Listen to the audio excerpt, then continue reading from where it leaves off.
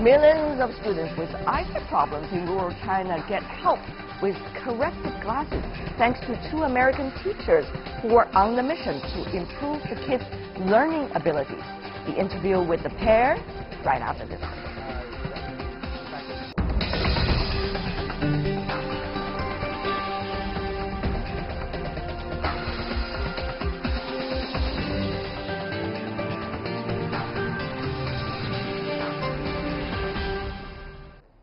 Welcome back. You're still watching World Insight with me, Tian Wei, coming to you Monday to Friday on CGTN. Kids are the future, but for many of these children, poor eyesight keeps them from seeing and learning more about their world. About 20 to 30% of students in China's rural areas need glasses. In total, that is about 40 million kids. However, a pair of glasses costing hundreds of yuan is too expensive sometimes for some of those students.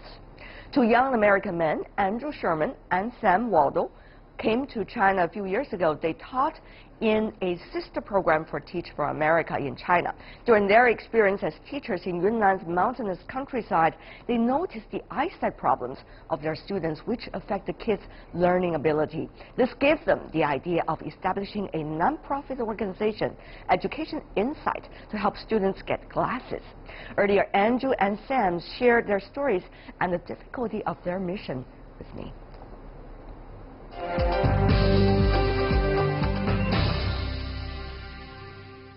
You have to, as a teacher, you really have to apply a lot of pressure to your students, keep them focused, keep them on task, give them a lot of homework, and really push them to succeed. Is that what you did? I did my best to do that. That sounds diplomatic. Yeah. Yeah, well, I mean, the fact is, doing that, like, my kids kind of realized, like, oh, he's not just here to play, he's actually here to kind of push us. And that's when things became a little more difficult. And the kids were very smart. They could figure this out very early stage. Oh, immediately. They are so smart. You came up with this wonderful idea of helping the kids with their eye exams and also having eyeglasses. How did they come into being, this idea, and was it easy, to implement it? No. So it was, as soon as I started teaching, I had a class of 47 7th grade students, and I'm up in front of them every single day teaching English. And it was just really obvious, really quickly, that so many of my students could not see clearly. All the content was on the blackboard, and you can see the kids squinting, leaning forward, trying to copy from the student next to them. And my class had more than 10 students like that. When Andrew brought this idea to me and we discussed it, and I realized, oh, I hadn't noticed the problem the way he had, but this is a problem at my school too, once I started to look and look at my own students and students in other classrooms. And then we realized, oh, this is a problem everywhere in Yunnan, and it turns out everywhere across China. So our idea, what we want to do, is to actually solve this problem in China. So where there are no longer students who lose access to their education because of lack of proper vision care. Right, but then how did you figure out the way of helping them? Use your own money? Well, no, we found people to help us fundraise. Friends, family, people who supported our organization, Teach for China. Because once you explain the challenge these students face, people are really supportive. People want to help. And so we organized the problem. We found a local eye doctor, came to the school, brought his equipment, performed exams for all the students, and then we raised money to purchase eyeglasses for them. Doing all of this, it's very important to have the agreement and the buy-in of the principal at the school. And so that was some of the most crucial achievements that we had early on, was getting the staff at the schools on board and appreciating that this was a valuable use. How did you convince them? It's not easy, right? Yeah, and one of the other things is a lot of people don't think that children in the countryside need glasses, because they're outside all the time, they're playing. They're not like kids in the city who are inside looking at screens, living off of computers. But the fact is, kids in the countryside need glasses. So how did you convince them? I think the secret to our success is getting community leaders to buy in. So, like, who was that community leader? It's like school principals, members of the local government. If you have their certificate of approval, people start to listen. And that's the first step. We're going there with with the mandate of the local education bureau, health and safety bureau, and the official doctors from the state-run hospitals. So it's all under this auspices. We have this the authority to educate. It's not that we're just giving these glasses blindly and saying you have to wear these. It's actually giving information and explaining the way that a new kind of attitude towards vision. So you guys really have convinced the local movers and shakers, shall I say? The first year we did this, we didn't do any education. We brought when we were still teaching, we gave eye exams, we brought eyeglasses, and some of us went back a year later, and more than 50% of our students weren't wearing eyeglasses anymore that we had just given them, and it was like a nightmare. It's like, what happened here? You had the tool you needed. Why do you not wear it? And we found out there was all these issues. Yeah. And so we have, there's no silver bullet. There's no one solution. We're still developing the best way to do it, and we're always trying new things. Like, one thing we're working on now is like a cartoon for elementary school students that teaches them, like, oh, if you can't see, you should get eye exams, and like, here's how to take care of your glasses. If you could see the difference it makes in a school. Like the day before, they get glasses, and the day after, all the kids can see clearly, they can study, they're in their notebooks, they're looking at the blackboard. It's unbelievable. And like, you see that once, and you know that this is something that has to keep going. That is something that has to be keep going. These two young men graduated from Ivy League universities. Instead of continuing their career in professional fields, they have chosen a path not many have taken before. Buy one and donate one. That is the idea of their Education Insight program, which started in 2015. For every pair of sunglasses bought from them, they would donate a pair of glasses for kids in need. Well, that is how their business model is doing. But the thing is, it's not just about their business. Like every startup, they have struggled with sourcing the seed money, selling their products. They have learned and experienced a lot along the way.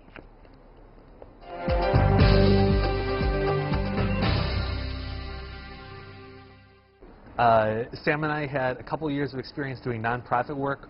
We had zero experience in the fashion industry, in the eyeglasses industry, in the retail industry, in entrepreneurship for a for-profit company. As Sam and I looked around for different models that might make us more sustainable, one thing we didn't see in China was this buy one, donate one idea. Okay, the idea is there, but to get everything done, it's not easy.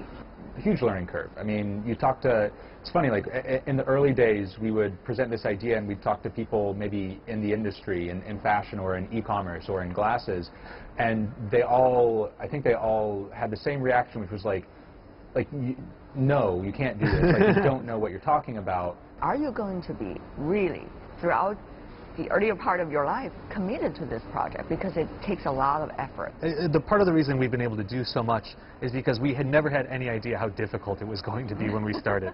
Fair enough. Yeah. We were thinking about going full-time on Education Insight for a while. We had the idea, but we needed a sort of spark, something to push us over the edge to really commit to quitting our jobs and working for this nonprofit. And we had that moment occurred in the spring of 2014.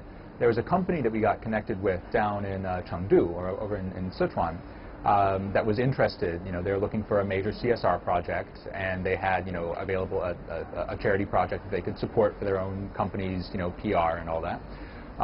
And we found each other through a mutual friend, and we thought that, oh, this could be a great partnership. And then with the promise, the handshake promise, that in fall they were going to support our project. And then fall came around, and it was time for us to implement, time for us to actually do our project at scale. And they sort of stopped responding to messages. They weren't being very forthcoming. And so we were saying, hey, we need to go. This needs to get going, or we're not going to be able to do our project. And then they sent us a WeChat message. What is it? We're not interested in supporting your project anymore. Good luck in the future. Did you pick the phone and shout to them? Oh, I was angry. I don't know if I've ever been that angry in my life, actually. Yeah, we called everybody.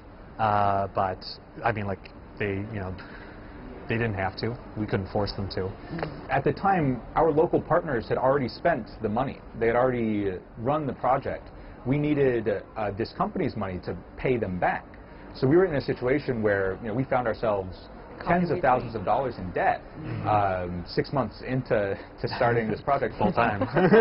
So it was a terrible situation to be in, and that's where we got the idea. You know, first we had to rush around like chickens with our heads cut off trying to find the money to repay our partners. These are people who had trusted us, who had, you know, gone out on a limb to do this project, and then we were letting them down. So we felt terrible about that.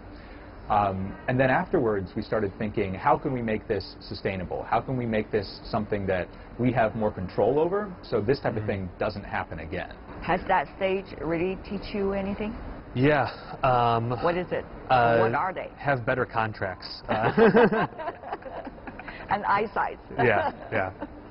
I heard stories of you guys selling eyeglasses in front of shopping malls, you know. Yeah. Tell me about those days. How do you know, convince people passing by, get these glasses? You're helping the kids. Yeah, well, I mean, like those. I mean, like it's worth mentioning. Those days were like literally like 6 months ago for us. Not that far. Yeah. Not that far away. You know, I think what brought people in was the designs, the colors, the attraction. And the two of you. I mean, two Caucasians on the Chinese streets selling eyeglasses. Forget that sometimes. Yeah. Okay, it's good to forget about that. Yeah. It's the novelty does. I mean, it gets people to stop for a few seconds, and if they can stop and you can have a conversation with them, then you can engage them. And like that's the most difficult thing. Like, Not to mention, both of you have very good personal charms. That helps also, right, Sam? Well, doing sales, it's absolutely necessary. Have a sense of humor. It's very crucial. You know, Baoan, police, you know, and security. The security. They're always, you know, if you stay out of their way, if you stay out of their zone, you're okay. Yeah. And so you just got to know what their corners are. And then if you're literally 2 feet away from that corner, it's not their problem anymore. You guys have been becoming totally street smart in China, I have to say. Yeah. Literally. Yeah. Basically, yeah. I mean, we've been chased away by a lot of security guys. But so what? I mean, I think that was something that personally I had to get over early on, because I don't like confrontation with people like that. I don't like being where I'm like not supposed to be. I'd really rather kind of follow the rules in that way. But I mean not break the law in China. Not break the law. But you know, what you figure out is that no one's out to get you. It's just like if you are in the wrong place, then just you move along and it's okay. You are going to some very interesting places the Chinese young people go. For example, rock concerts. Yeah. How was it like? It was. I mean, it was super fun. And like honestly, never an opportunity we thought we'd have. Yeah, we just got to join like the MIDI New Year's Festival in Shenzhen, which is like a 50,000-60,000 person music festival rock concert. We get the chance to meet these band members like afterwards and like, you know, get to take a picture, you know, talk about education and sight. And like on stage, these guys are like super heavy, super aggressive, like heavy metal. And then we you know, go behind stage, we meet them, and we'd be like, hey, you know, we were helping kids get glasses. And they'd be like, oh yeah, totally, like love to help, like get a picture. It was like really fun that way. I thought it was really cool to see like how into it everybody was, and the music itself was awesome, and it was like, you know, loud, and at the same time these people are, you know, the festival is welcoming us to put up our booth and like talk about this charity in the middle of this rock concert. I don't think that's something. Can you really talk about it in the middle of a rock concert? Loudly. Loudly and in short sentences, like, you know, oh, helping kids, it's good. Glasses. Guys, what you have achieved over the just five years, amazing. I mean, like, I think if you had told Samurai 5 years ago that like we'd be like leading a glasses charity and like a buy one give one brand from Beijing. While you were playing the computer games? You'd be like, stop, you're crazy. That makes no sense. So what is China to you? Right now, China is literally the lowest ranked country when it comes to giving in the world by percentage of the population. And I think that is going to change, and I think people are going to be absolutely amazed over the course of the next 10 years just how much of a giving country China becomes. Like, we can see we're on the edge of it right now with mantra and education and sight. But like when you think about China's population, 1.4 billion people, like as more and more of those people like start giving to charity, start giving to causes, like it's going to change the world. It's going to literally solve issues. like global issues. And that's, I mean, that gets me super pumped for the future. The fact that we can help with that, I think, is an amazing opportunity. So in China, nothing is easy, but anything is possible. You can really, if you put your mind to it, you can accomplish amazing things. And with education and sight, I think that the insight is that you can apply very relatively small resources to an ancient, like an 800-year-old problem, and still have a tremendous impact. And that is all the time we have for today. If you'd like to see more, try to find us, World Insight, CGTN, into your search engine, or check out our YouTube channel. Follow us on Twitter, Facebook, and Sina Weibo. From me, Tian Wei, and everyone on the World Insight team, thanks for watching. Tune in again next time for insights across China and around the world. Have a great weekend, everybody.